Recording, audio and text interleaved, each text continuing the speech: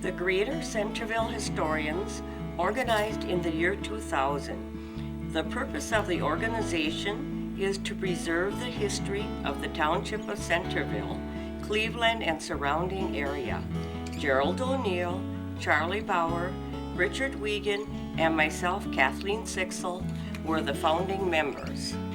In 1831, the territory south of Green Bay was sold to the U.S. government by the Native Americans who had title to the land. The consideration was the promise of a reservation in another state. The Township of Centerville was established in 1850. The township had a village called Centerville. The reason for the hamlet's original name of Centerville was, in the days of the Indians, there was a trail along Lake Michigan between Manitowoc and Sheboygan. This heavenly spot was exactly at the halfway mark, so the early white man gave it the name Centerville. In 1849, the village of Centerville was surveyed and laid out in lots and blocks. The village of Centerville was renamed Hika when the Postmaster General informed the village leaders that another Centerville was located in the state. When it became time for Centerville to be renamed, a judge in Manitowoc by the name of Albert Schmidt would take kids hiking. The judge said, "You can't call a town hiking, so why not make it Hika?" Thus, the village of Centerville became Hika. In the early years, Centerville had the vision of becoming a lake port. To encourage ships to dock there, 2 piers were built into Lake Michigan. Many German immigrants arrived by schooners, and the village began to grow. The village had a brick factory, stores, schools, a Lutheran and a Catholic church, mills, saloons, blacksmith shop, and a fire department, and a brewery. When the brewery was built, the settlement began to flourish. But when fire destroyed the brewery, the largest industry, there was no longer a need for the harbor facilities. So ended this chapter of the development of Hika. 2 miles west of Hika, another settlement known as St. Wendel began to grow.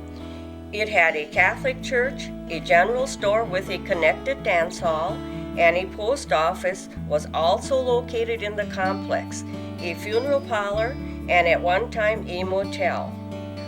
With the clearing of the forest, tilling of the land began. This prompted the exporting of lumber and grains.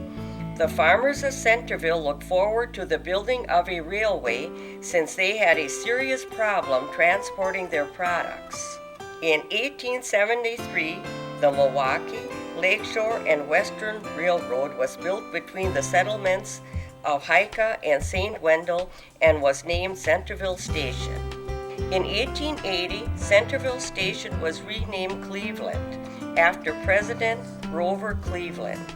Cleveland, at that point in time, owes its growth to the fact that the Township of Centerville was a rich farming community, and farmers from miles around would bring products to be shipped by rail or ship.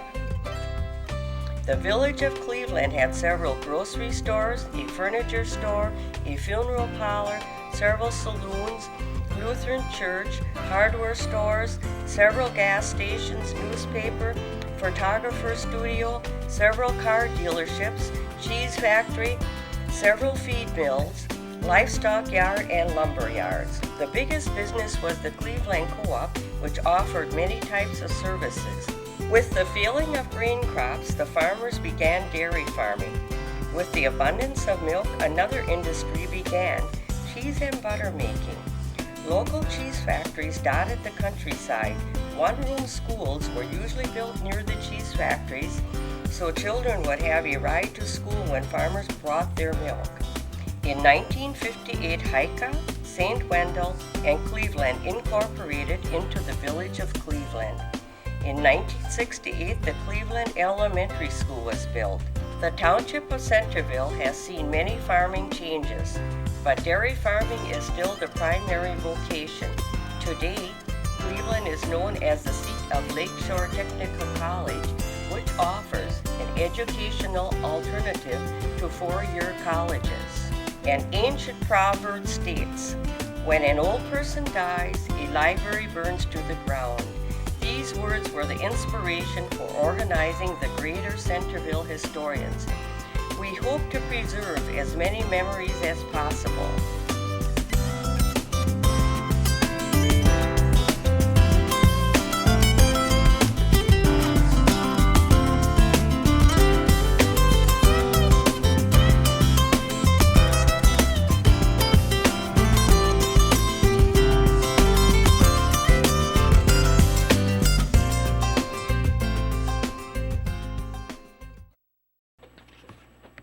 Today's date is November 8th, 2010, for the Greater Centerville Historian Meeting at LTC.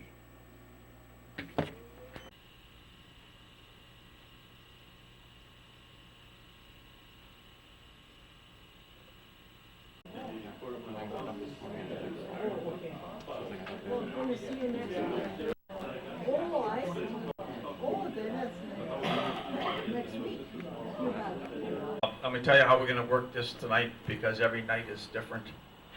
And it's different tonight because we're in the dark. And we're an hour off schedule. But we're going to start with Kathy's meeting here. And then we're going to go introductions all the way around. And then we're going to do seeing it's close to Veterans Day, we're going to do the pledge. We're just going to ask for the name and where you're from. There you go. Thank you. Eileen Belitz, Cleveland. Thank you. Will Dalets, Cleveland. Thank you. Kathy Sixel Newton. Kirsten Husband, Cleveland. Thank you. Paul Jacoby, Cleveland. Good. Paul Schwinn, Cleveland. Good. Kathy Wagner, Cleveland. Thank you. Joe Kress, Town of Mosel. Thank you. Walter Kress, Cleveland. Thank you. Kay Schill, Glen Beulah. Victor Schill, Glen Beulah. Rick Beiersdorf, Don Mimi. Thank you. Irene Dine, Cleveland. Alice Mathias, Cleveland. Stuart Mathias, Cleveland. Gary Vandello, Cleveland. Frederick Jacoby, Manitowoc. Thank you. Selma Vogel, Cleveland. Thank you. Audrey Ertl, St. Nazians. Thank you. Kathy Yannick, Cleveland. Alvin Yannick, Cleveland. Gertie Hammeister, Town of Sheboygan. Thank you. Mary Schneider, Plymouth. Thank you. Chelsea Belitz, Cleveland. Good. Brian Gales, Cleveland. Thank you. John Wiegand, Town of Centerville. Thank you. Charlie Bauer, Town of Newton. Thank you very much. Okay, seeing we're getting close to Veterans Day, and we should actually reflect on the people that are serving in the armed forces and those that have served. And so we can distinguish the veterans among our group tonight, I'm going to ask the veterans to salute the flag. And if you will allow me, I will call the order for that. We had a nice tribute yesterday, and Audrey will probably get into that. And then Willard's also got something on the honors flight. But first we're going to say the pledge, so I'm going to ask everybody to stand, and I will call the order for the veterans. Veterans, present arms. I pledge allegiance to the flag of the United States of America and to the republic which stands, one nation, under God, indivisible, with liberty and justice for all. Ready, two. Who has distinguished the village of Cleveland by his unique trip out to the East Coast, and he'll talk all about that and start by introducing himself, please. I'm Willard Mathias. I just came back from my trip to Washington, D.C. I had to leave out of Milwaukee. There was 200 veterans, and there was 200 guardians that were with us. And each guardian had one of our veterans that had to go with them.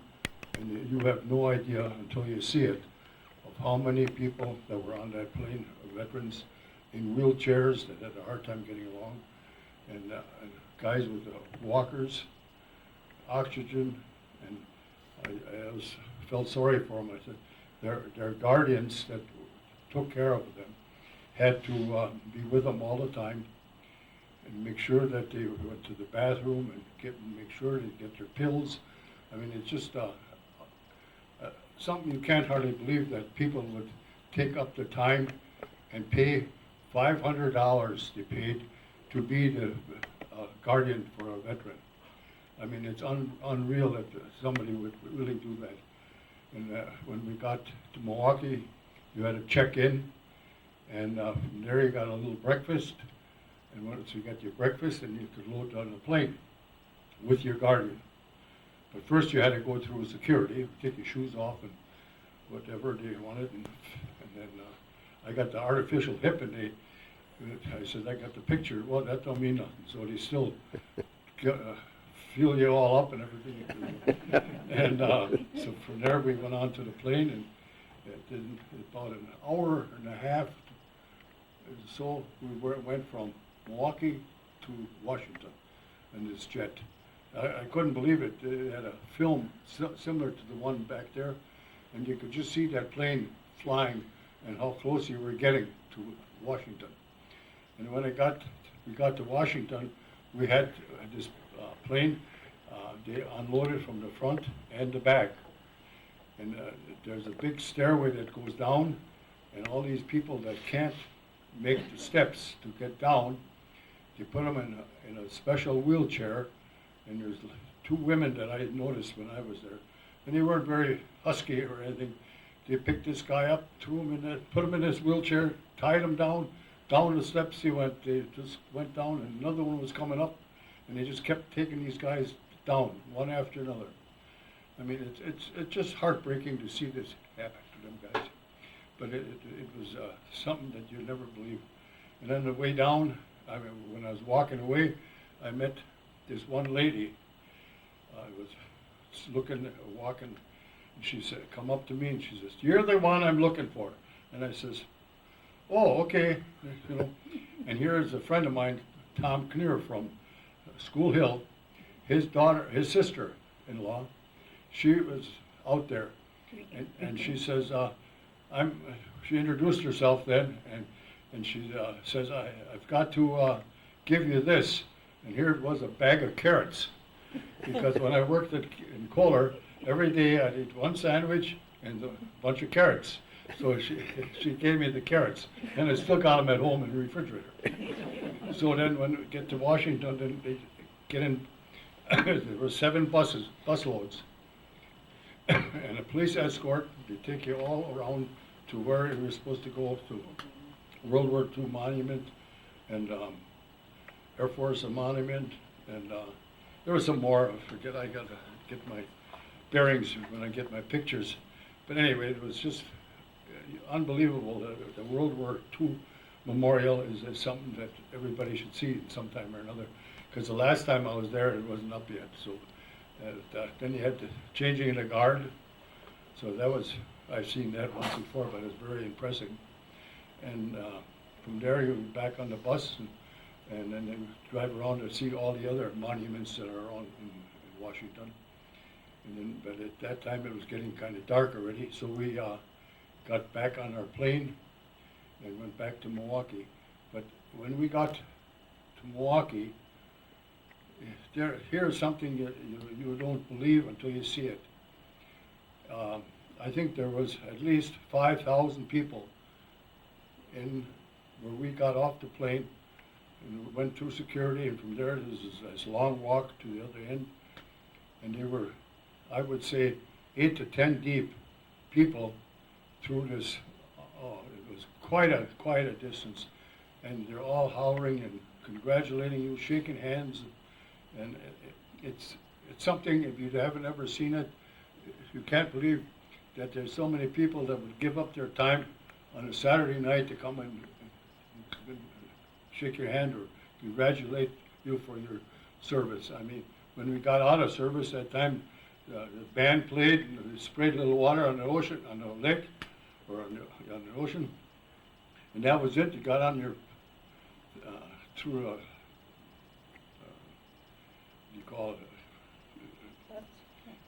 Well, anyway, you inspected and got rid of some clothes and stuff. Anyway. you never seen anything like this until you do this trip. It's just unreal. And then in the plane, just before we got off the plane, they had what they call mail call. And they give you an envelope, a little like this here, full of letters. And I didn't know this, but my wife went down to the school, and a bunch of the fourth graders wrote a little letter. She'll read them off afterwards. And it says it's so heartwarming, and some of my relation, them too, sent letters to Tim, and that I wouldn't see them, you know. And they were all in this envelope. I had a very thick envelope. So I didn't get the chance. Yesterday I was quite busy, and I got home first about 12:30, and I didn't have much sleep from Friday night on. I think I had 1 hour of sleep, and then all day Saturday we were on the go, and I didn't get no rest either. And then Saturday night we got home maybe about 12:30. It was almost 1:30, but it set the clock back, and it was 12:30, so that was a good idea. And but the next morning I got up early again, and because we had this veterans deal on at the VFW yesterday. But I mean, it's so impressive when I get all my pictures, my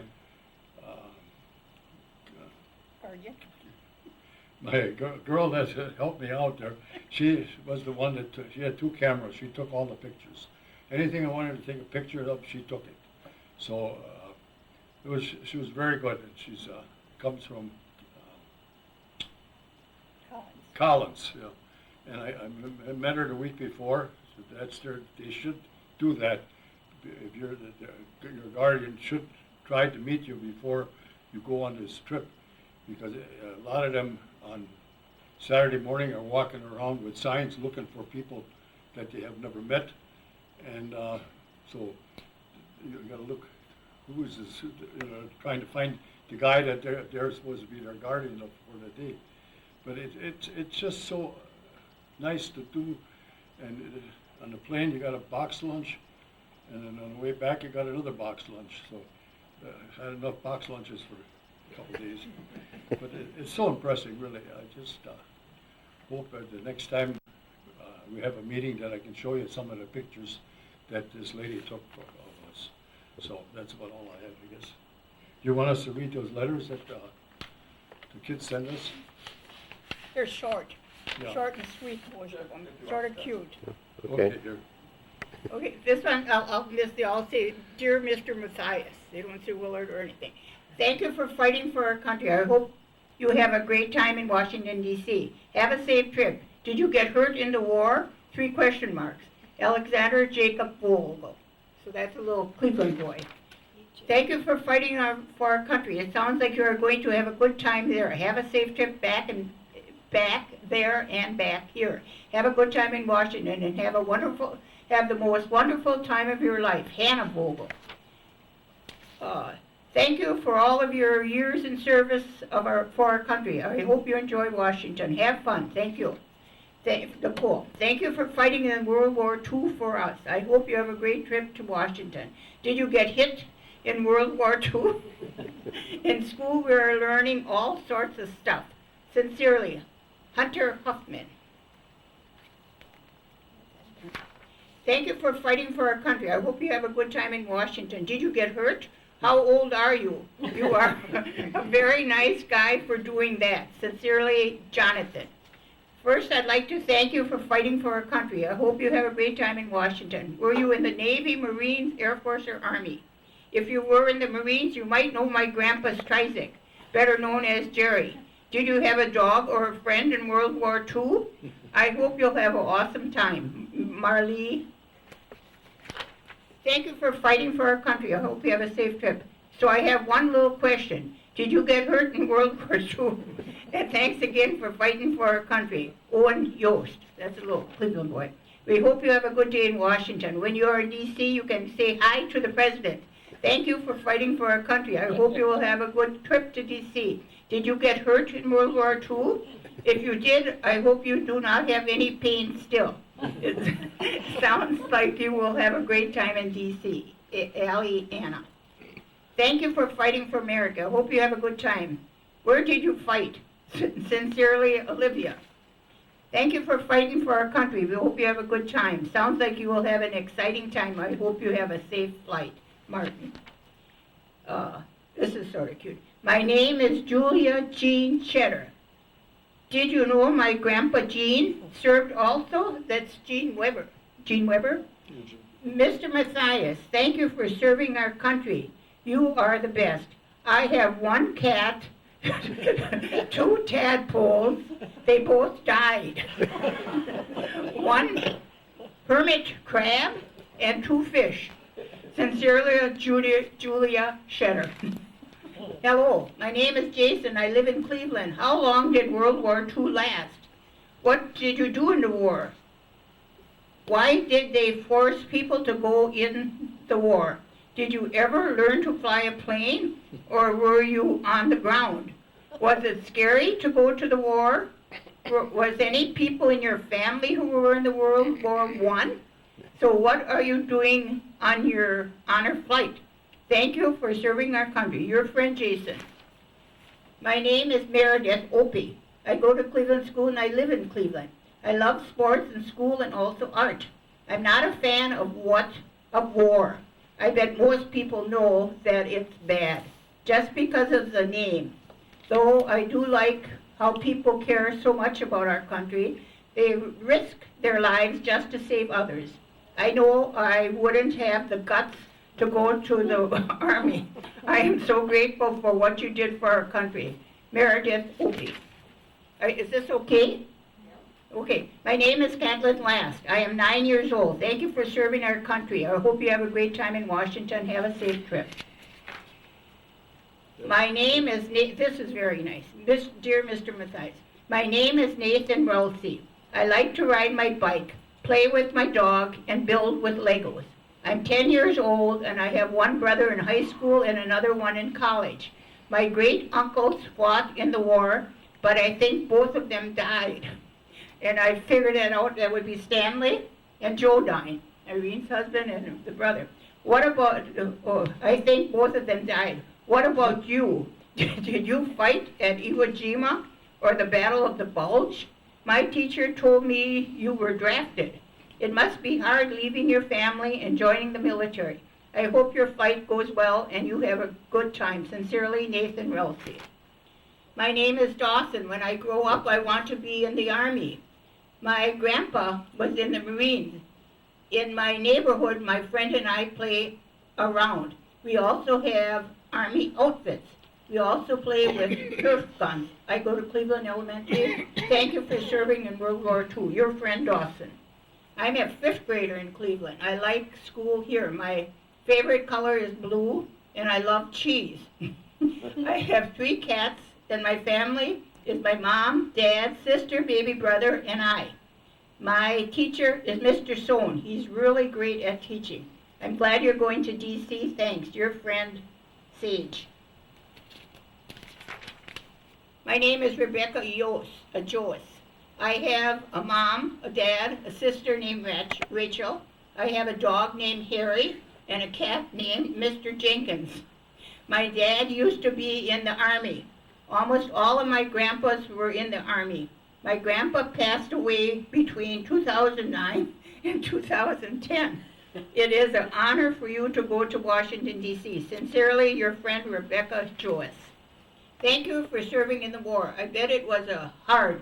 My grandpa worked in the evacuation center. He said it was hard to see people like that all bruised up. He also went to the honor flight. All of us came to welcome him back home, but his flight got delayed an hour, so we had to wait until 11 p.m. for him at the airport. What a tiring night. I go to Cleveland Elementary School, and I am in the 5th grade in Mr. Sohn's class. He is a great teacher. Hope you get great pictures in Washington, D.C. Good luck, sincerely, Emily. That's enough. Oh, here, sorry. Thank you, Grandpa. Thank you for having your memories of sharing your memories of World War II with me and letting me look at your bayonet and knife whenever I came over. I remember 2 stories that you shared recently. One about the mustache that you grew overseas, and the other started off with driving a milk truck around the Cleveland area and ending with you driving the POWs around because you knew how to drive a truck. I also can remember every time that I came over, the first free moment that I got, I would be in your basement looking at your bayonet. If I remember correctly, there should be some masking tape with my name somewhere on your bayonet. I hope that your trip to Washington went well and that you got to share your stories and hear many others. When you get a chance, you should give me a call. Thank you for service in World War II, Brian. And this was from Brad, the other grandson.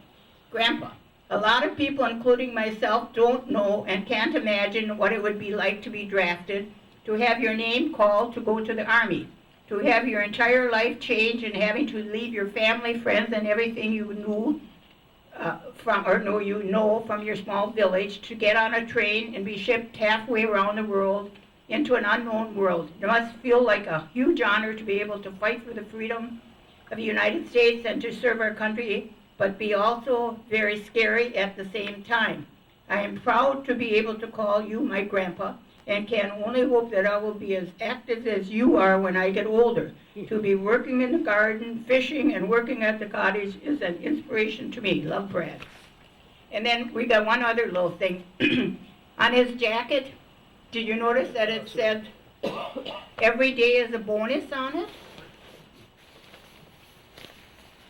All the jackets had that on, and it started it said the story behind every day is a bonus. During World War II, Joe Demler, a track athlete in Port Washington High School, took a deferment so he could enlist in the Army. Within 2 months, Joe was in the midst of the Battle of the Bulge. He tells us, a tank round hit the farmhouse we were in, and I flew up into the second story. The next thing I knew, I was captured and loaded onto a train. We were stacked like cordwood. For 4 days, we stood in this rail car without food or water or bathroom facilities. The guy next to me died. As a POW, Joe endured the horrors of a Nazi prison camp, including the daily rumors that Hitler had ordered the men to be killed using flamethrowers. Upon his liberation, near death from starvation, Demler said that from now on, every day is a bonus. Joe tells us that he's also learned to pray in the POW camp, and I still pray for those guys I served every single day. He helps raise funds for the first Stars and Stripes Honor Flight and continues to be an active volunteer in fundraising as a speaker and honorary faculty in local school events.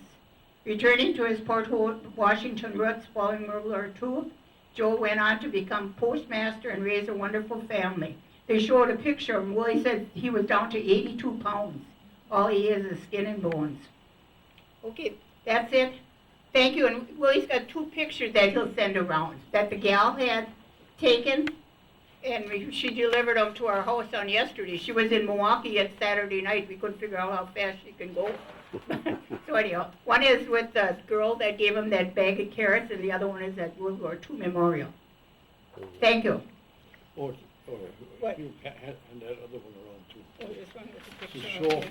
this is just, To show you what a man looks like when he only got 82 pounds and the fella down on the bottom is how he looks now. I mean, it's unbelievable how things like that could happen in this country, right? Well, I think everybody give Willard a big hand. What we're gonna do now, I don't know if people are aware, but yesterday we had a stone dedicated down at the Cleveland VFW post in honor of the only soldier from the Cleveland that got killed in the Vietnam War, and I'm gonna have Audrey talk a little bit about that and the 60th anniversary of the auxiliary of Cleveland VFW post 8974. Okay, I have a young lady here who has represented the VFW auxiliary yesterday on a Sunday afternoon, and she'd like to mention her name and give us a little bit of the highlights. Go ahead, Ed, please. I'm Audrey Erdl. Yesterday, we celebrated the VFW Auxiliary's 60th anniversary. We were chartered November 8th, which would have been 60 years ago today, in 1950, post 8974.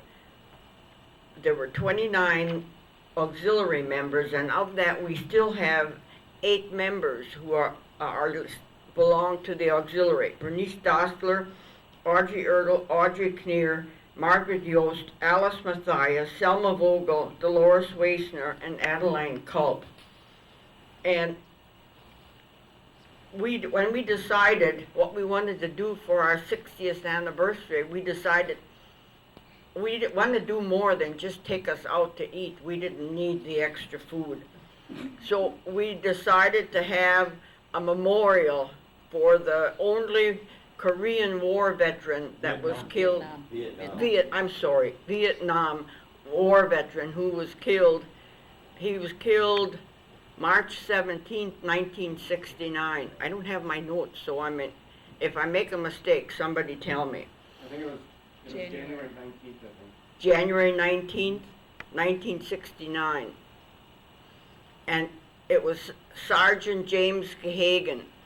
And our auxiliary is a service auxiliary. We spend our time helping people who need help. Like there was a flood in Sheboygan and we donated to that. I remember an auxiliary member that quit the auxiliary, and I tried to talk her into paying her dues. And I said, why don't you want to belong? She said, we work so hard at these fundraisers and you give all the money away. What's the purpose of that? I said, because we're a service organization. We give it away because we want to help people. So, other than that, is there anybody has any other questions? And then after the service, we had a reception for anybody who wanted to come into the clubhouse, and we had food and drinks and, of course, bars, all kinds of goodies. That always encourages people to come. So thank you very much. That was a very nice ceremony yesterday, by the way. Very nicely done. Cindy Hoon, the Village president. village president, was the main speaker, and of course Joe Leibam, he was a speaker, and we had a singer, and I thought it was a very impressive, especially when the Manitowoc firing squad did their thing. They had a fellow dressed in a uniform of the fighting service, and he stuck his gun into the ground and put his hat on there and shoes on next to the gun. And then they had the firing squad, and it was very impressive, I thought.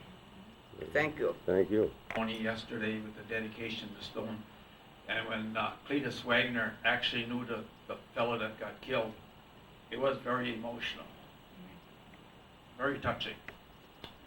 And now we're gonna have to transition over to the Dalets Brothers here. I put the picture up here, and what I did, I copied the town of Cleveland, or town of Centerville here, 1893, and I made 2 copies so I can pass them on each side. And on the back of the map here, it gives the patrons list. And under the Belitz brother, it says dealers in general hardware, stoves, carpenter tools, glass, oil and paints, building paper, sashes, doors, wood and iron pumps, agricultural implements, the Turpey's Hotel, first-class accommodations with livery attached. So you can just take a look at this and see if you can find where you are on here and see the different businesses in the back here. And then with that, I'm going to turn it over to Mr. Belitz here, and he can start with his program. Thank you very much. Thank you very much for having us back again this evening. And before we start, I would like to congratulate Mr. Matthias on his trip to Washington on Saturday. We'd also like to thank the auxiliary for remembering Jimmy Gahagan on yesterday as you provided the memorial stone at the Veterans Park. Thank you very much for that. This evening, I'm going to take about 5 minutes to kind of recap what we did last time.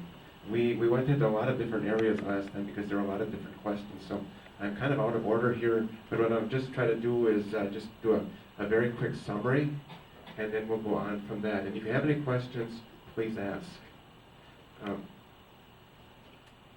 Balitzes first came to Sheboygan about 1850, and the people who came would have been Henry Belitz, who would be my great-uncle, and also William Belitz, who was my great-grandfather. They eventually went to Kiel. By about 1854, they were in Kiel. And then William Belitz was my grandfather, and my grandfather's brother and my grandfather Robert Belitz came to Cleveland. I don't know when they came to Cleveland, but by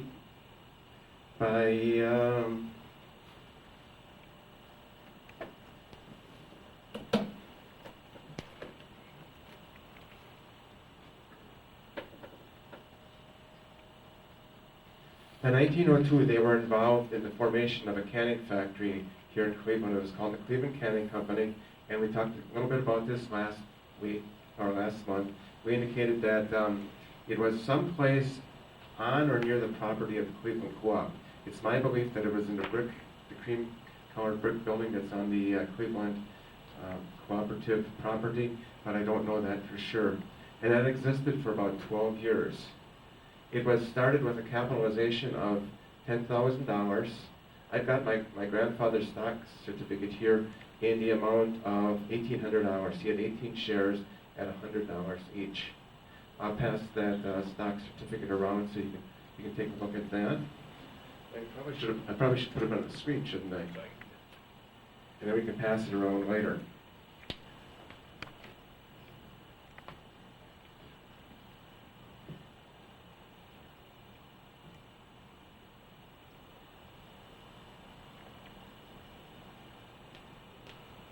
And then I think that I did show this last time. That is a label from the peas that were canned at the Cleveland Canning Factory, and the brand name was Dinner Gong Brand. First call for dinner. And we can pass that around also. Actually, what we can do is we could probably pass this book around, because I think that everything that's in this book we covered last time, and so the people who were not here last time can have an opportunity to look at that. So, Mrs. Sixel, why don't we just put this in there, and then we can pass the binder around.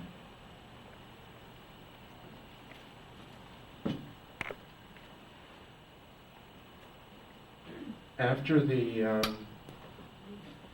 formation of the canning factory in 1902, we said that it existed for about 12 years.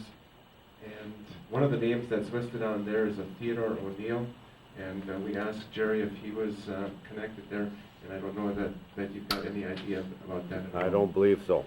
Okay. The Dalets Brothers, my grandfather Robert and William, then were partners in the Cleveland, or the Belitz Brothers hardware store, which is located on Hazel Street, which is about just directly across the street from where across the railroad tracks from where Stoltenberg's store is right now. The two buildings were there at the time. One was the building that served as the hardware store and also as the hotel and also as the residence for the family, is the building that burned down several years ago. And the building that's left at this point is the building that served as delivery and also the place where farm machinery was sold. I have a question, sir. Yes. The building that we are now looking at on your photo, is that one of those hardware stores or some kind of a feed area? No, that building is the processing plant that was used to process chickens, and we'll get to that. Oh, okay. That building is located at 1460 Marshall Street. It's now a 3-unit apartment building. Okay, thank you.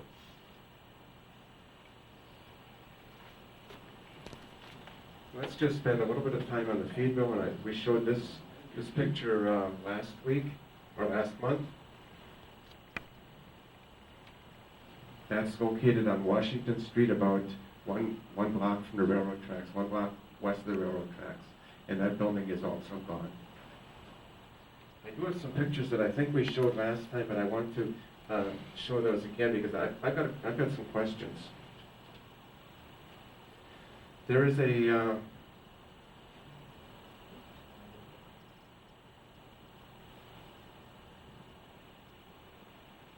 the person with the uniform on is my dad, Gilbert Belitz. The person next to him, I think, is my grandfather. I don't know that for sure. But somebody like Walter Crest, maybe, would you recognize him? Do you recognize him, or you don't think it's him? Well, I wouldn't know. Okay. My grandfather died in April of 1946, I believe. And the truck that they're standing next to is brand new at that time. I think that my dad traded his car for a truck. There's still the shortages because of World War II, and in order to get a truck, he needed to trade his car in. And I believe that that's the truck that he got at that point.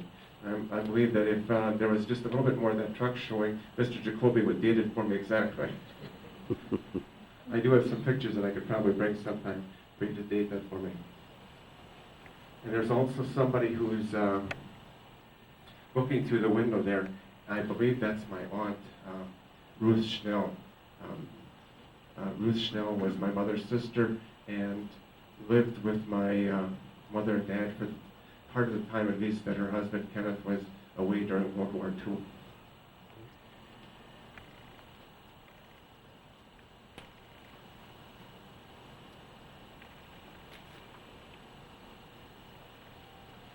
This is another picture that was taken on the same day, and that picture just shows some of the products that were sold, listed on the sign, and also some of the advertisements are shown in the window. I think that, Gary, you gave us those pictures, didn't you? Those are something that your dad had from the time that he was at the feed mill. And we'll get to that after a while. I've got a couple of things here that we won't put up, but I'll just pass them around. Our feed mill was built in 1940 after a feed store was started in 1935.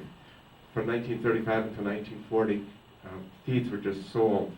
But in 1941, a feed mill was built so that grinding and mixing could also take place. And I got some documents from World War II which controlled some of the operations. Here is a document that controls the sale of mixed fertilizers. Fertilizers were used both for agricultural purposes, and they could also be used for wartime purposes. So there were controls that were put on fertilizers with regard to pricing and with regard to availability. I've got just a couple of those documents.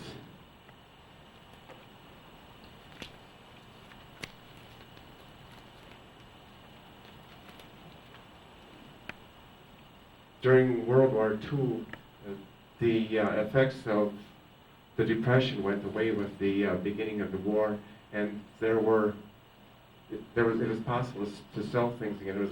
It was possible for people to have jobs again. In fact, there were more jobs than there were people at that time. And I've got some letters here that were sent to my dad, denying them the ability to ship things that they had ordered. One of these letters indicates that he had ordered a carload of fertilizer, and that railroad car could not be shipped because they did not have the materials available. And then here's a letter that offers $27 a hundred for red clover seed that my dad had for sale, and a Capital brand feed and seed, or standard feed and feed was willing to pay that much for that in Madison. Price of gasoline in World War II in 1942. I've got an invoice here where gasoline was 12.2 cents, and then there were 4 cents of state tax and 1.5 cents of federal tax. So that price of fuel in the early 1940s wasn't that much different than it was in the 1950s. And this is a slip from Standard Oil Company. I think it's from the same book of invoices that Standard Oil used in the 60s and 70s. The invoice doesn't look much different.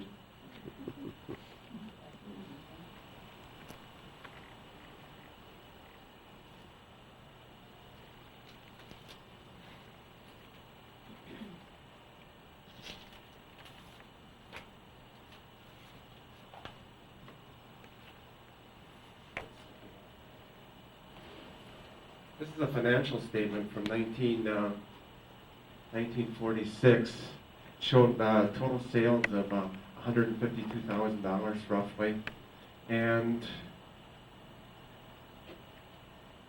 it shows a net profit of about $6,000 or about 4%. 4% is a kind of a good profit margin for a feed mill at that time, and even in times when I worked in a feed mill. Then the report goes on to divide up the amounts that were made via mixing and grinding, and that was not very much. Probably, I think it's under $2,000 if I'm reading that correctly. And then there's also a part of that was revenue from the poultry farm, which had been in existence at least since 1935. That's the earliest documentation that I see of it. I don't know if it existed before that or not, but 1935 I do have some documentation.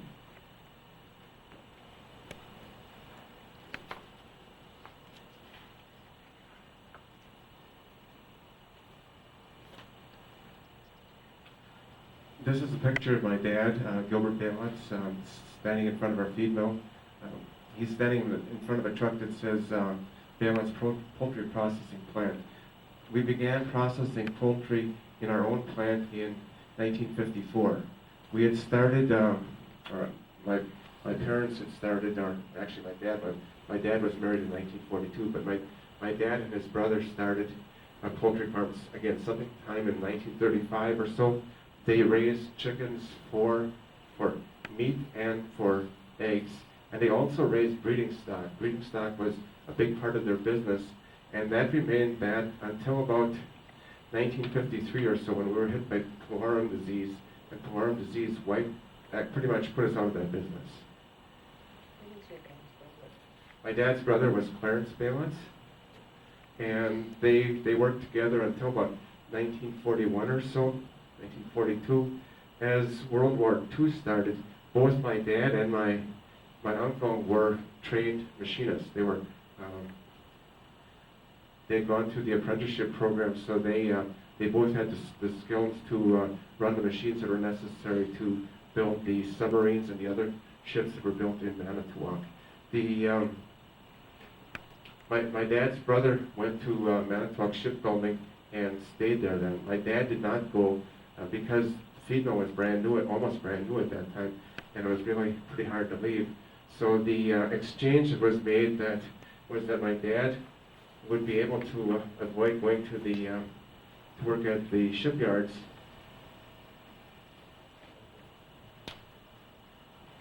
And they would raise chickens for the government. And if you look in this picture, there's a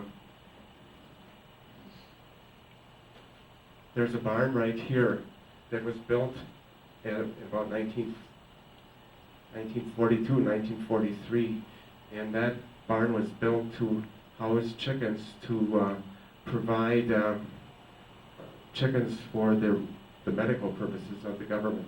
I think it had to do with something with the production of penicillin, but I don't know the details on that. Where is this located? This is located on the corner of Center Street and Washington Street in Cleveland. Pretty much where we live. We live at 1028 Center Street now, which is right here. There are two houses right here, and this house is occupied by the Opie family now. The street that I see there, that's in the foreground, if you will, is that the east and west, or? That's the east and west Washington. It's West Washington, or excuse me, East Washington Avenue. Okay. What are all the little houses over there? Those are Brooder Houses and pardon? For summer, right? Yeah. Those are used to range chickens during the summer. The chickens were raised outside during the summer, and then they'd be taken into the barns during the during the winter, during the laying time. We used this area one year, and you can see the area back here where the Brooder Houses had been in a previous year, and then there was also a field out in this area that we rented, so there was a 3-year rotation there. All of these buildings are gone now, with the exception of the house and the garage that's right behind it. And then our house has been added to the property along with 2 others.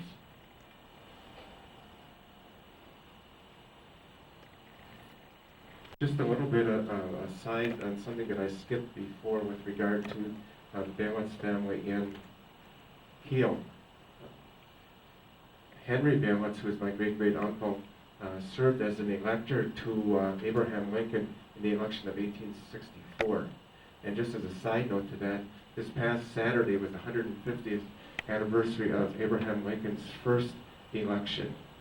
And that took place at a time when Abraham Lincoln didn't even appear on the ballots in the southern part of the United States, and still he won that election.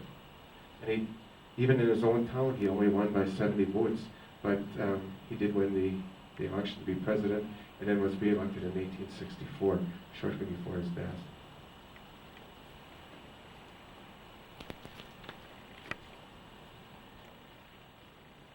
I have just a few pictures here that were taken at various times at our feed mill. The 2 pictures on the top show a bulk feed truck, a truck that's able to receive feed in bulk.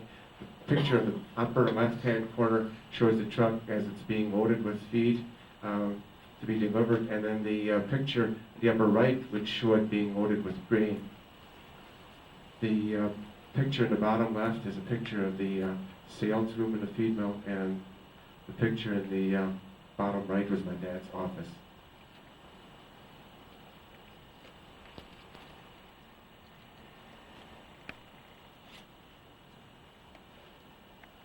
This is a picture of Franklin Grau. He worked at a feed mill for several years in the 1950s. Gertie Hammeister is here this evening. She worked in the feed mill in the early 1950s, right? As a bookkeeper. 48, 49. Okay, Mr. Grau worked there after she was there, and as this being the week of veterans, I'd like to mention that Mr. Grau also served in World War II, and he was on 2 aircraft carriers that were sunk, and he survived both of them. One was the Yorktown, and I can't think of the other one right now.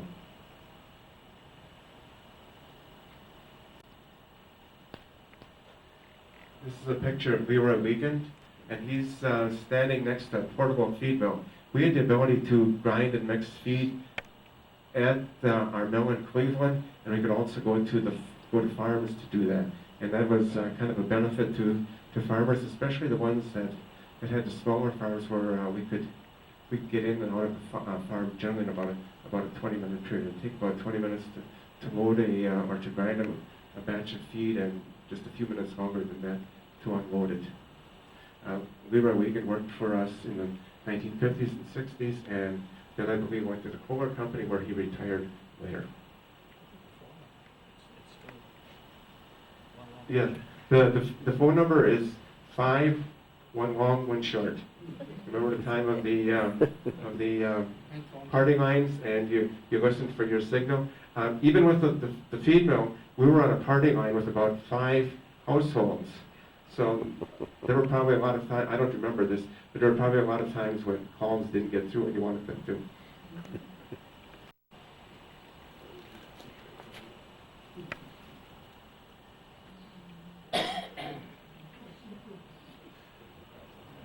This is a picture of Francis Vanderbilt, Gary's father. Francis worked for us, I believe, he didn't work for us, I worked for him. Francis was with us for about 23 years. Francis taught me what work was. He also taught me what play was, Gary. This is a picture of him bagging off feed from a 1-ton mixer. We had a 1-ton mixer and a 2-ton mixer. The 2-ton mixer was generally used for bulk loads, and a 1-ton mixer was used to to bag feed. And you see the strings hanging from his belt. Francis could tie feed bags like nobody else could. I could keep up with him, but I could not tie them as neatly as he did. Gary, do you remember those folds? He would fold the bag over first, and then he would gather it together and tie it. And I never saw anybody else who did it that way. It was neat. I treasure those years working with your dad, Gary.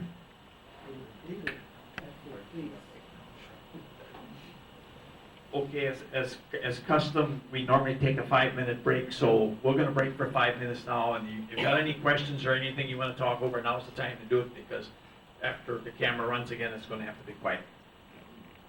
Recess is on. Okay, we're ready to start back, we got a couple other things we're not gonna run it all the way to 8:30, because we got a couple other things we want to talk about before we get to the end, because this will be our last taping session this year. And we want to talk to you people about a few things, if that would be all right with you all. But for now, we're going to turn it back to Mr. Belitz, and he's going to continue. Thank you very much. I put on the screen a copy of our price list. Those of you who came into the feed mill would have seen a different one under the glass on the counter every Monday morning. That was suggested price list for the Purina products that we sold, and I just put it up there because everybody who came into the feed mill knew where that pink price list was.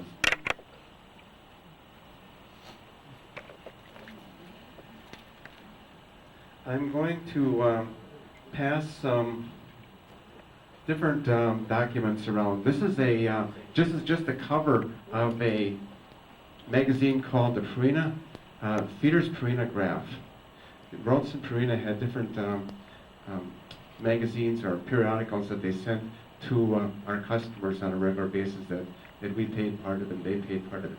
The one that I have here predates me, but I found it in a book that Mrs. Sixa let me use last year, so I copied that, and all I've got is the cover there.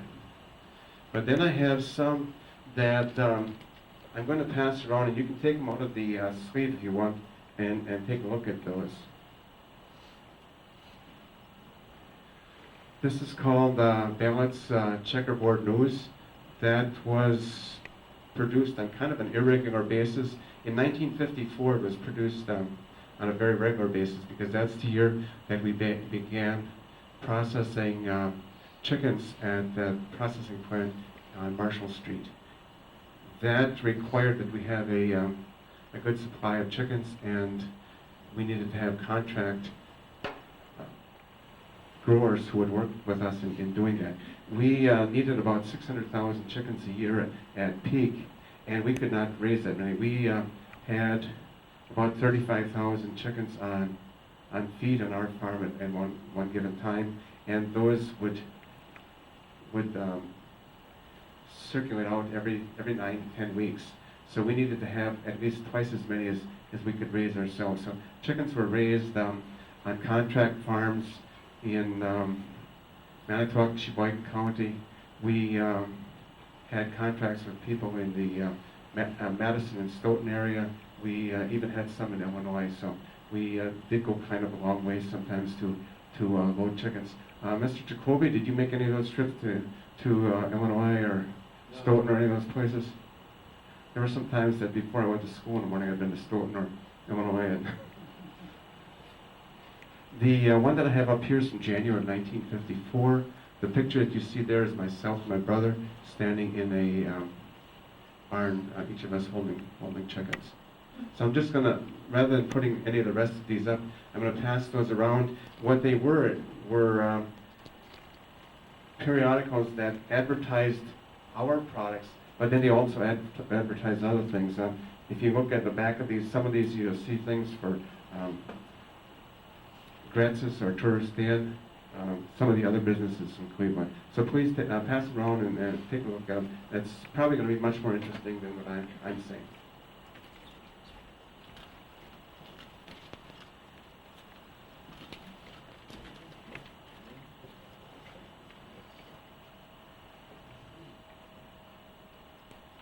The next periodical is the Checkerboard Service Magazine. This is one that was circulated when I was in the feed mill. And this is the cover of the magazine. If you open it up to this page, I think I've got it marked there, you'll see somebody who you probably aren't familiar with. That's Mr. Wilbur Gakey. Now, Mr. Gakey raised pigs just south of Cleveland for many years, and he also worked with us for many years on a farm that we had there, and we'll talk about that in just a moment. But the Checkerboard service would advertise its product, and it would also highlight farmers who were customers. And we, on several occasions, had some of our customers in there. Mr. Gakey was on this occasion.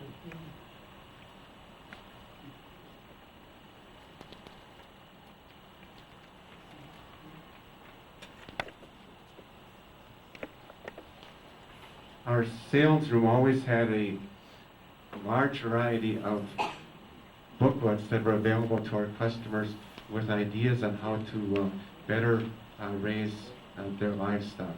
And this is one that I happen to have saved, which is on raising dairy calves.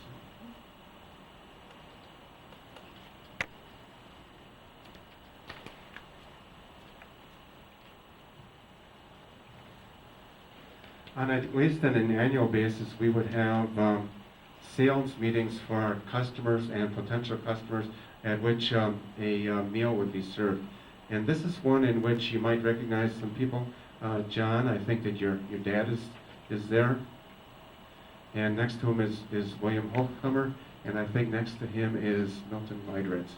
I can't tell who's next. I think this one took place at Rutherford's, if I remember correctly. They'd either take place at Rutherford's or at Tourist Inn. And meetings would always have a meal, and then a presentation and entertainment after that. And that was something that the businesses throughout the area did it. I know that the Cleveland Co-op also did it, and I know that people like Dalets Brothers also did it. And at Cleveland Co-op, I think they did with regard to John Deere also.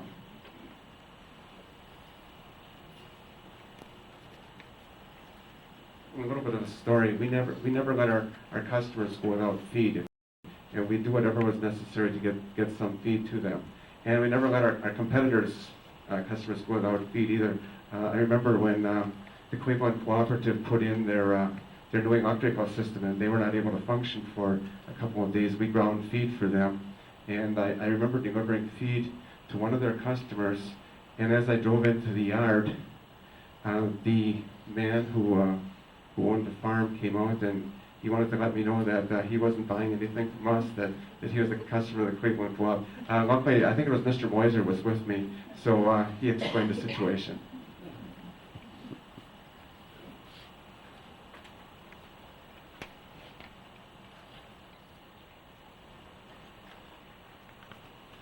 This is a copy of a picture that was in a paper, and I think, John, I either gave the original of that to you or to your sister, but this is a picture that was taken in St. Louis, Missouri, either St. Louis, Missouri or in Gray Summit, Missouri. Gray Summit is a town that's just south of St. Louis, and that is the place where Bronson Carina did its research. They had probably the largest research farm in the world there, and our business would take customers there on an annual basis. And in this trip, John Wiegand's father and his brother were guests of my mother, dad, and my brother.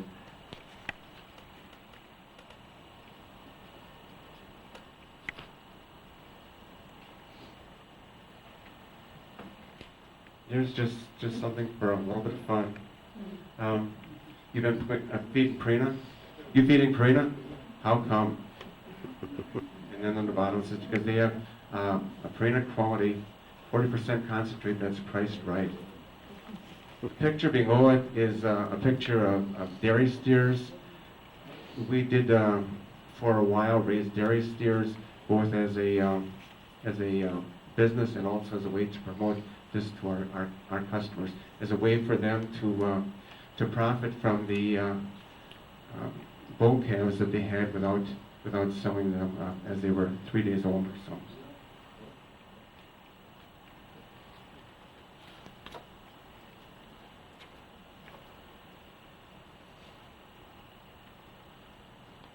Kind of we're back into the raising of chickens again. And this is a brochure that I'll pass around that advertised the fact that we did sell certified Whitehorn chicks, and we did that until the time that the floral disease wiped our flock out. And once that happened, we could not regenerate the flock because selling breeding stock meant that you had to have a perfect health record. And when we had the floral disease, that was taken away. That was taken. Raised fryers, like I said, we raised about 35,000 fryers on feed at all times. The chicks that those fryers came from were raised on or were hatched in our hatchery. We did not maintain a breeding stock on our farms, though. What we did is we bought breeding stock from, most of it came from North Carolina. I can't remember where the other location was, but they would come to us by airplane sometimes by train. And this is just a picture of a plane that had brought baby chicks to us. And this was in the airport. It was where Cleveland School is right now.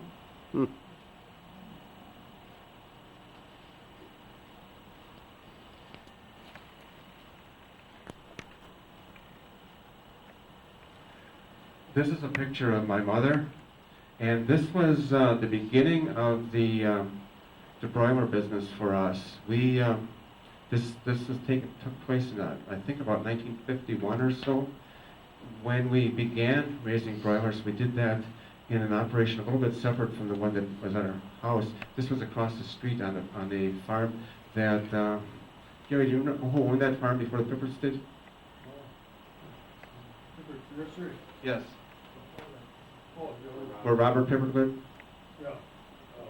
Before that, the only place is, in-laws lived there, that farm. The Leonards? Leonard's, but I don't think they owned it. Okay. I think Pipper owned it then. Okay. And what she's looking at is a heating unit.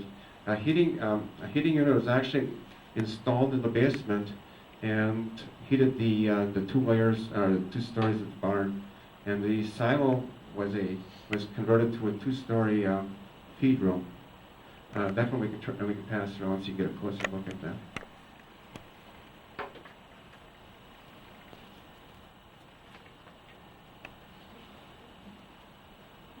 This picture was taken at Bill Schmidt's farm in St. Wendel, and this is these are the first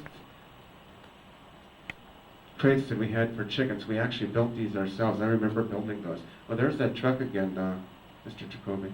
Yeah, right. Not yet? Okay. I wonder, it could be that same Ford that we used later. Bill Schmidt raised a large number of chickens also. He worked for my dad for many years, and even after he left, we continued to work with each other. He had the barn that you see here, plus a barn that was to the west of this one that, if I remember correctly, held 8,000 birds. It was quite a lot of birds. We remember working with Bill Schmidt and his family for a lot of reasons, basically because they were good friends. I always remember, Victor, you probably remember this also, having banana pie in Verona's basement after we loaded chickens. Right. Those were, yes. And a little shot of Kimmel.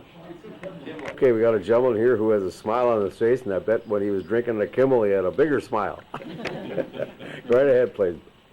Victor Schill. Thank you. Used to help catch chickens. I went over by Bill Schmidt, and then after we get done, she'd take us in the basement. We'd have banana pie and shot of Kimmel. And it was good Kimmel we had. I was too young. I wasn't old enough to drink, but I could take the shot. What was your occupation or duties at that time? Oh, I helped catch chickens, and I helped with the slaughtering at the processing plant. Okay. I was the person that dipped the chickens in the hot water so they can take the feathers off. Okay. And we had Von Vogel was the guy that stabbed the throats. So he was so that's all I could say right now. Now, you mentioned, I know it's a little gory for everybody here, but when you say you stabbed the throat, I heard of, you know, cutting certain things off, but not a stab. What was that about? Well, he just had a little knife and he just cut the throat and they just bled in this bleeding tank. And then from there on, they were pushed with a conveyor over to the dipping tank, and there from, after they were done dipping, they went into the feather machine, and then they went to the other wound. Okay. Women processed it. Okay. Now, that feathering machine, can you recall what that looked like or how it worked? It was like a wash tub, but it had little rubber, it was like a little rubber nipples in there, and they would bounce around, they'd go around in circles, and the feathers would fall off. Okay, okay. And the feathers would fall on the floor, and then we'd have to pick them up and take them out. The water or whatever was used to heat up the chickens to get the feathers off, do you know what kind of temperatures you had to hold for that?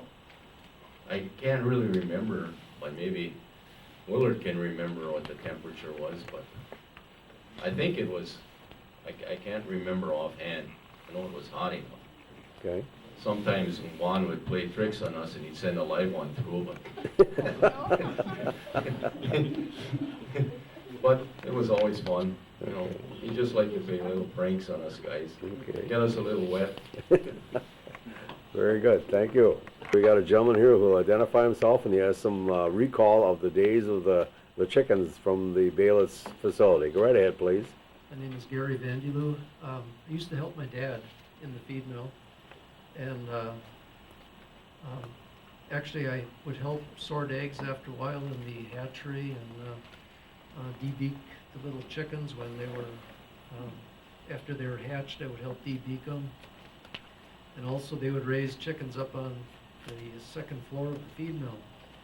I remember on a cold winter day when it was freezing down in the feed area, but we'd go up and be able to check the chickens and make sure the brooder stove was going. It was very warm up there, and always a pleasure to be up there.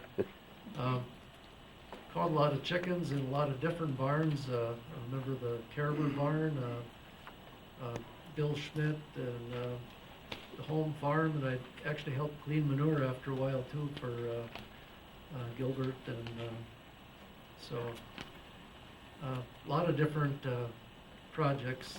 Even helped with the hogs after a while a little bit. Okay, okay. So Okay. that's all I know. Okay, well, thank you very much. Thank you. Got a gentleman here who raised his hand. He says he's got something to say. Go right ahead, please. Well, I'm Your name, please. Fred Jacoby. Thank you. I'm a veteran of the chicken business there, too. In the summer of '57, I was desperate to earn enough money to give my girlfriend a ring. So I was working all kinds of jobs, and so I got up early in the morning and caught chickens. You just picked them off right down the row, put them in the crate, and after that was done, after we had the truck loaded, then I ran a milk route, canned milk route, and then I farmed during the day, and then later in the afternoon, I helped Alvin Rodewald clean up the feathers and haul them to Pippert's nursery. And Willard was just telling me before, feathers could still be found out there, because they must have been very deep some places, and they simply didn't oxidize. So, yeah, that was an experience. Okay. How many years did you work for that? Just the summer of '57. Oh, okay. And then after we were done cleaning up the feathers, then I helped various farmers with the harvesting yet. I tell you, I was desperate. By the way, did you get that ring for that young lady? Yeah, right, oh, yeah. Good job. It was likely, oh, yeah. The ring was likely picked out, and I was wondering how in the world I'm going to pay for it. Well, I'm going to ask a little more personal thing yet. Yes, thank you. Where did you obtain the ring? Where? What store, yes. Fair's Jewelry in Manitowoc. Whoa, wonderful. And your wife still has that ring, I presume? Yeah. Good for you. Good. You worked hard. Thank you. Young lady who raised her hand a little bit there, and she's got something to say. Go right ahead, please. I'm Audrey Erdl. I never worked for Belitz, but we had quite a few chickens of our own, and when they were talking about the hot water, if the water was too hot and you dipped them, it would tear the skin when you tried to pull the feathers off. The water had to be just right. Okay, okay, very good, very good. Thank you. And you had to be real careful with the water then, because it would also take the skin off besides the feathers Okay, when that wheel went around. sure, sure. Very good. Thank you for sharing. Thank you, Will. With regard to the scalding of the chickens, we used what was called a New York scald. That was a cooler temperature. If you go into a store and you see a chicken that is very yellow, that was scalded in a temperature that was much higher. I think ours was scalded at about 180 degrees, and I don't remember that for sure, but I think it was something in that area. But we used that New York scald, and then the chickens were more of a natural looking color. And if you see those in the store, you'll know that you'll be able to tell the difference very easily. Could I intrude upon your knowledge of the New York scald? What was there about that? The temperature was a lower temperature. Lower temperature. Lower temperature. Okay. That was it. Yes. And this is run And through. and like Mrs. Erdl said, it caused less damage. Okay. Your product looked a lot better. Now it didn't go as fast, but your product looked a lot better. Okay. Very good. Thank you. Here's a picture of my brother and myself again in the barn. And then I think we can put the book on that I've got here next. This is a Robbins incubator. We had one of these in our feed mill. We had a hatchery in our feed mill, and like Gary said, we had a room above the feed mill where we raised chicks that were beyond day old. Most of the chicks that we raised were hatched and were shipped the same day that they were hatched. But those that were not would go into the batteries that were kept upstairs. And the batteries, first of all, had a heat source via electric lights, and then the room was heated by a coal stove, and that coal stove used hard coal, the anthracite coal. Okay. If I may ask another question, hatching or bringing temperature up on the eggs or whatever, and also when they were little chicks, any particular numbers that you can remember? The temperature at this time, I believe, was on 98 degrees, something like that. It's in the book that I've got here, but I'm sure it was at 98 degrees. Okay. 98 to 100 degrees, something like that. All right. And the humidity was also controlled. The picture that you see here is a picture of the trays of eggs in the incubator in the turned back position. The machine was set up with a timer that would turn the eggs back, and I think it was every 3 hours it would turn them, and then after 3 hours it would turn them in the other direction so that the eggs would tilt this way, and they'd never be in a level position. They'd either be tilted back or tilted forward. Okay. And they would be in there for 18 days. And on the 18th day they'd go into the hatchery compartment, and there they would be for 3 days, and the hatch took place on the 21st day. This is a picture of, and this is something that I'm sure that Gary did, this is a picture of transferring the eggs from the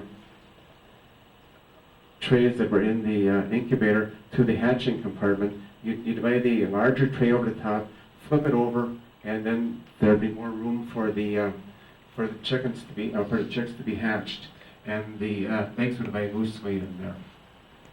Picture here just shows the access to the back of the compartment. The unit was never shut down, so service had to take place while it was operating. I've got one more question for you. I heard the word before, debeaking. What is that about? Debeaking is cutting the beak off, or cutting the beak off and then cauterizing it so that the wound would be healed.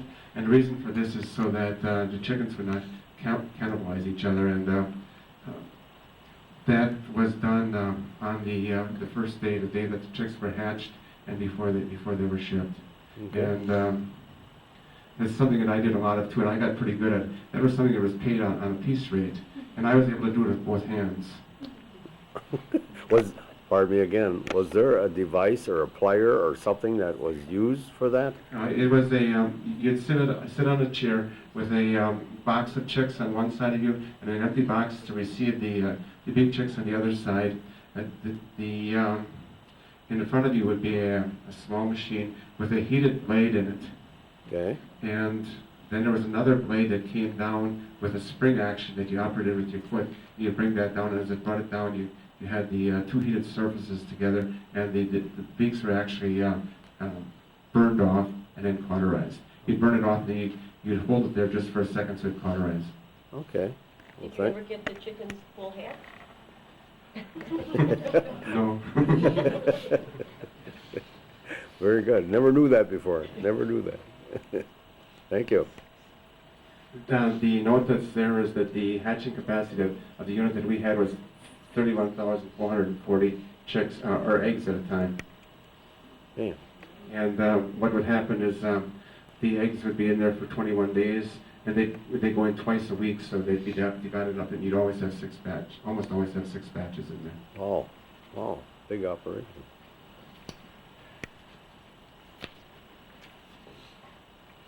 We'll pass this picture around after a while because you can't see it too well. But if you were ever to the county fair in the 50s and the 60s, you certainly saw Ed Zahorik and the chicken that he had always had sitting on a bar stool at the fair.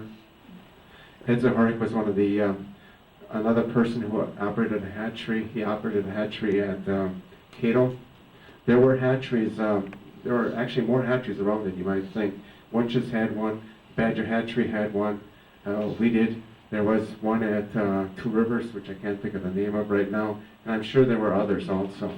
So there was quite a capacity for raising chickens, or for hatching chicks, and then for raising chickens in this area. Some of the larger farms would have been Wunches, ours, Bill Schmidt, Web Kilns at Sheboygan Falls, Arnaldi's at Sheboygan Falls. There was a Bergie at Belner's. I can't think of his first name right now. Was there something with chickens or something up near Kiel as you come into town? I thought I saw there was some kind of a hatchery there. As you come in on, I don't know the name. I don't remember that. There's a place that I used to go to there, and I can't remember it. I can't think of it right now. Okay, thank you. Now we even with all the capacity that we had, we could not raise enough. We picked up chicks at Swift Hatcheries in Blair, Wisconsin, which is near the Mississippi River, and also in Arcadia, Wisconsin, at the AG Co-op on a regular basis. And then when we had excess chickens, those would be sold to places like Belitz Brothers, which still exist, and Van Trzynski, who owned Dairyline Poultry. At that time, there were quite a number of companies in Wisconsin that raised and processed chickens. There were quite a few in this area. There was even one down at Brown Deer, Wisconsin. Here's a picture of Mrs. Zahorik. We don't have a picture of our own hatchery, but we've got one of Ed Zahorik's hatchery. And this shows the eggs as they're actually tilted over, kind of at a precarious position, but they stayed there. And the picture in the bottom is Ed Zahorik as he's picking eggs from the nest. You see the roost in the background, and the chickens at a feeder right behind him.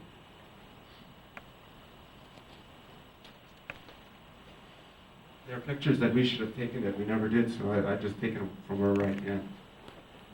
This is a picture of Ed Zahorik's daughters. The younger one is Carol. I don't remember the other one's name. But this is at Easter time and the preparation of baby chicks for Easter, and we used to do that also.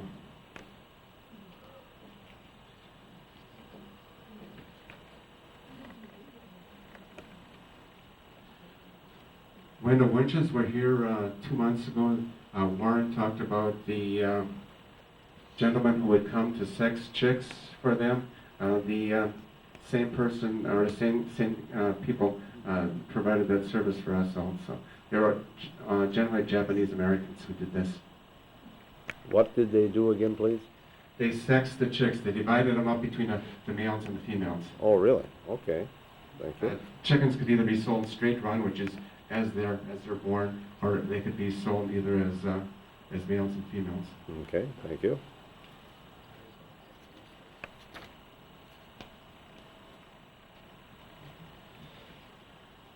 We did have a fire at one time where we lost about 2,000 chickens. It says hens here. We didn't lose hens here. We lost broilers at the time that this took place. It was 1959 or so, 1960. We no longer had hens, and it was all broilers at that time. Another question, if I may.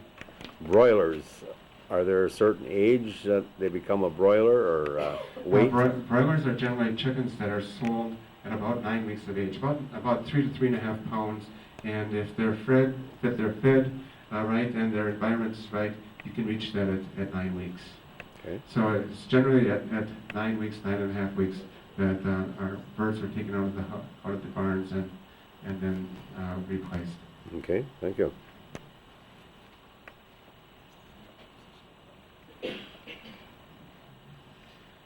This picture was taken in North Carolina at Arbor Acres. We used Arbor Acres females and Vantress males for our breeding stock for chickens. And I think I started on this before, but then didn't finish. We would give those chickens to farmers in the area. They would then raise the chickens for us, bring the eggs to us, and we would buy the eggs from them and hatch those for our broilers. And then we would buy the chickens back after a year of laying. And they were actually pretty valuable because they were then roasting chickens. And roasting chickens are chickens that have, or good roasting chickens are chickens that have had time to grow and weren't forced fed. And that's what these were. So they commanded a premium on the market. And there were some people who bought broilers from us just so that they could also buy the roasters from us at the end of the year. Got another question? Eggs, they go by a large, medium, and small. What determines that at the time they're manufactured, if you will?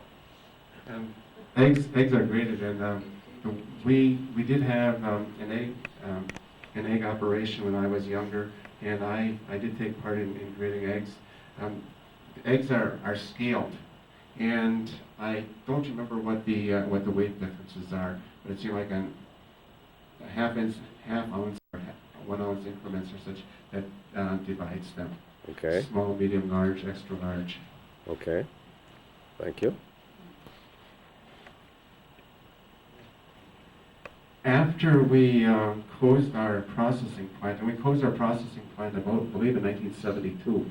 When we started raising chickens, we were getting 53 cents a pound for live chickens in 1951. In 1972, we were getting 23 cents a pound. So that had gone down considerably, so it wasn't a worthwhile operation anymore. The facility that we had where we live right now, the barn that was about 240 feet long, was then converted to raise pullets on a contract basis. And I've got up here the letter that we received on December 31st, 1976, summarizing the batch of pullets that we'd raised there. We started 5,508 pullets, and we delivered 94% of those, which was below the 96% that we normally delivered. But the birds that we raised were always in excellent condition, and that's stated in that letter. And then our payment summary was listed there. And that was work that Eileen helped with before she went to school in the morning. We would do chores before breakfast, and then she would have breakfast, and get Scott ready, and then she would go to school.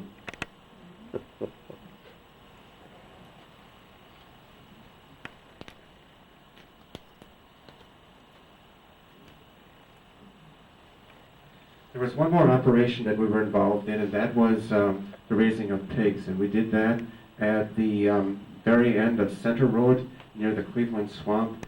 The farm that we did that on was not identified by our name, but it was identified by as Better Hogs Incorporated.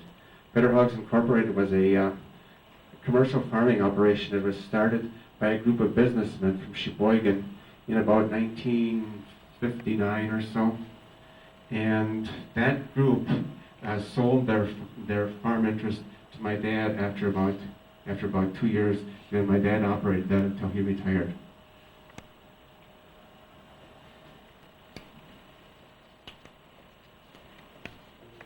If I may ask again about the pigs, he raised them until what condition were they in as far as weight? Or? We raised market hogs. We had 120 sows on the farm, and we sold about 20 market hogs per week at 220 pounds.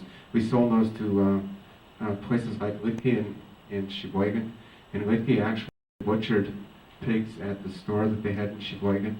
We sold them to Johnsonville, not the Johnsonville factory that exists now, but the Johnsonville butcher shop that predated the current Johnsonville.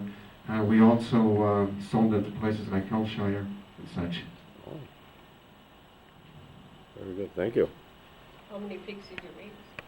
We had 120 sows, so probably about 2,000. Probably sold about 2,000 a year. Wow.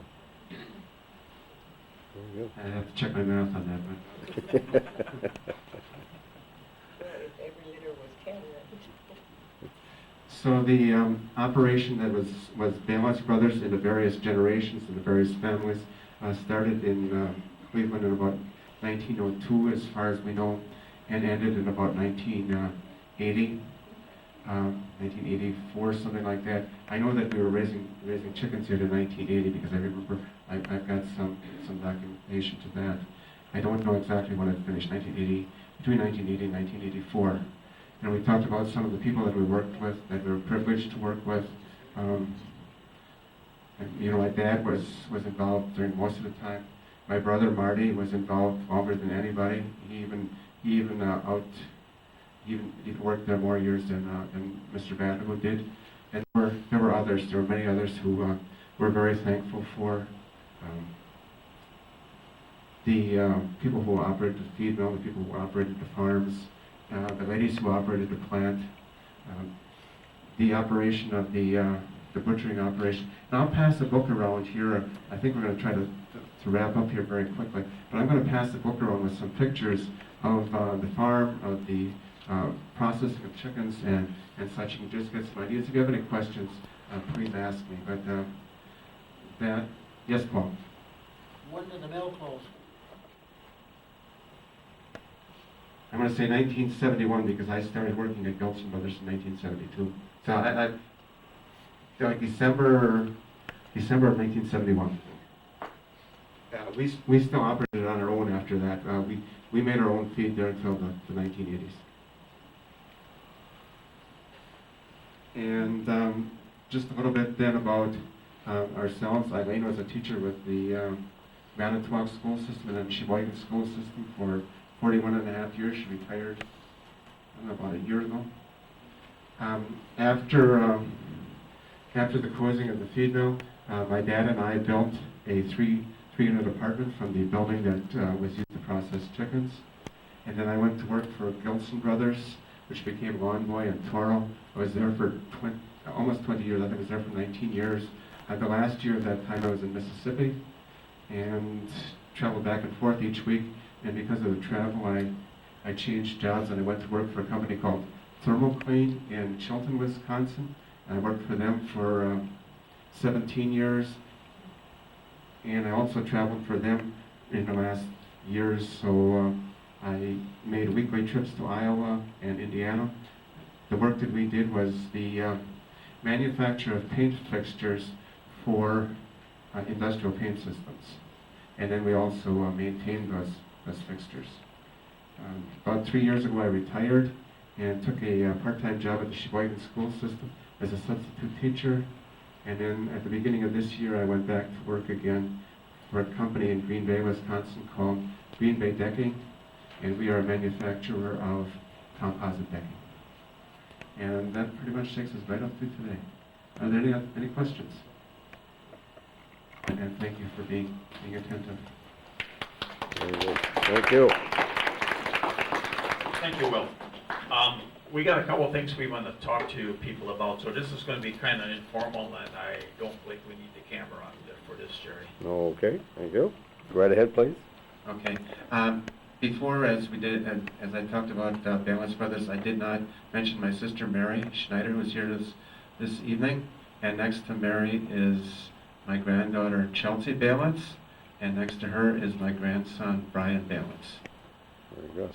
They are the 13th generation of descendants from the Wagner family, which is my grandmother. And they can actually trace that back to about 1620. Okay, let's all start together. God bless America, land that I love. Stand beside her and guide her through the night with a light from above.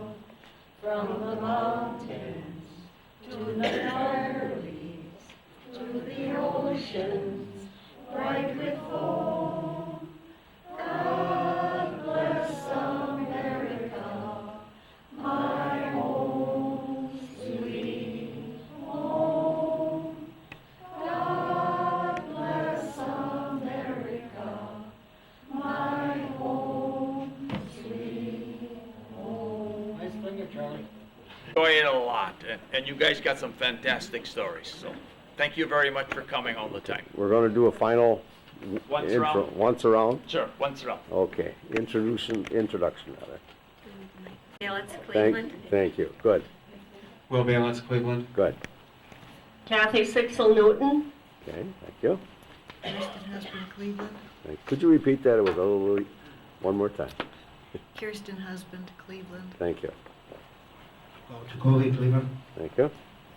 Paul Schwinn, Cleveland. Thank you. Kathy Wagner, Cleveland. Thank you. Joe Kress, Town of Mosul. Good. Walter Kress, Cleveland. Thank you. Kay Shell, Glenbeulah. Good. Victor Schill, Glendale. Rick Byersdorf, Mimi.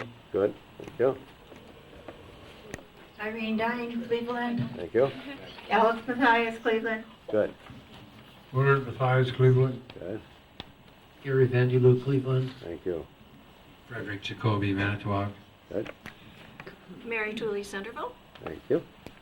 Selma Vogel, Thank you. Audrey Ertl, St. Ignatius. Kathy Yannick, Cleveland. Melvin Yaney, Cleveland. Thank you. Gertie Marks Hammeister from Town of Sheboygan. Good. Mary Schneider, Plymouth. Thank you. Chelsea Belitz, Cleveland. Thank you. Brian Belitz, Cleveland. Thank you. John Wiegand, Centerville. Thank you. Charlie Bauer, Newton. Very good. And Jerry O'Neill, the videographer, also wants to commend everybody for all their information that we've accomplished and put together for us. Again, reminder, we do have the library down in the basement area of this facility, and we're trying to provide more and more information in there as we go along. And again, thank you to Belitz's for doing one beautiful job. Thank you.